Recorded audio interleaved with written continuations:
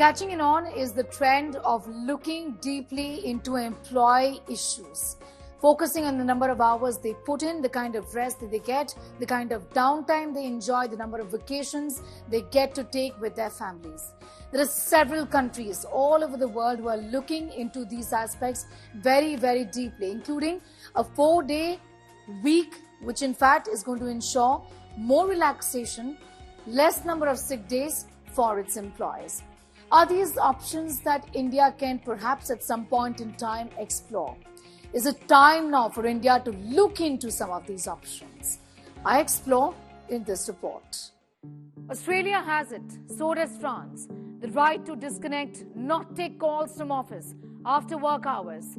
This is a fundamental right for Australians and the French people. Both countries enacted this law in the interest of workers, employees who were just not overwhelmed with work, but also worked during no office hours. France enacted the law in 2017, Australia in 2024. And right now the debate is whether India also could be looking at something like this for the benefit of our workforce. A debate has been necessitated by the death of a 26-year-old due to work pressure. We have to make our plan that once we are in the office, we are in the office. When we are at home, we are at home. When we are with some friends, we are with the friends. This is only possible when we make our mind alignment, like we were making, in the school timetables. When you move to the next, you should just keep that at the aside where you were before, not to drag in the mind. Otherwise, your mind will be confused. You cannot live in the present, means you are not happy. A look now at other laws that have come into effect in other countries, given the imbalance in work-life balance. 4 days a week. There are at least 8 developed countries that have a 4-day-a-week policy. The idea is work not like a donkey, but like a horse. Germany, Belgium, Netherlands, Denmark, UAE, Japan, Australia, UK. Countries have done this to reduce anxiety among workers.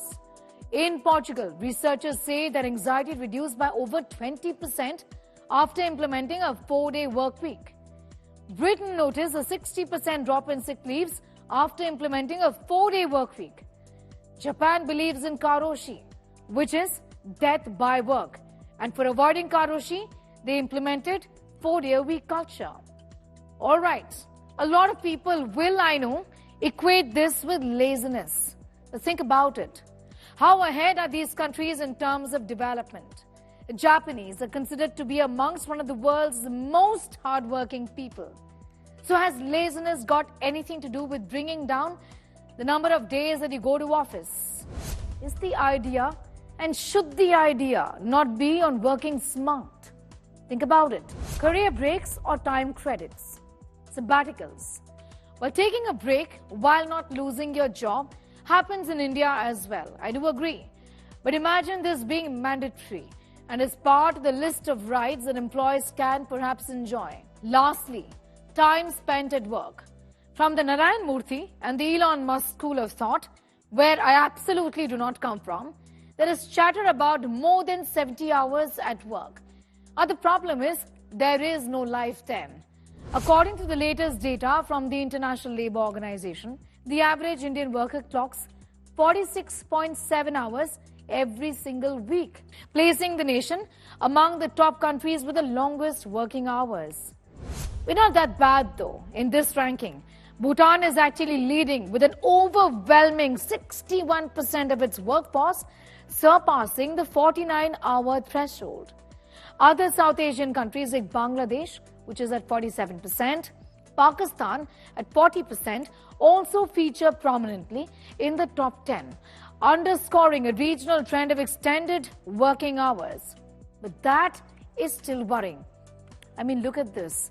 The global landscape of working hours of highly developed countries like Germany, 34.2 hours a week, Japan, 36.6 hours a week, and Singapore, 42.6 hours a week.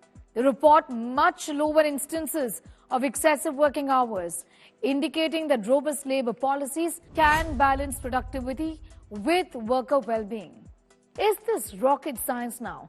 And to understand that there is a need for sustainable work environment that promote health and productivity, which is more important than ever as the nation grapples with the challenge of managing its labor force amidst evolving economic demands.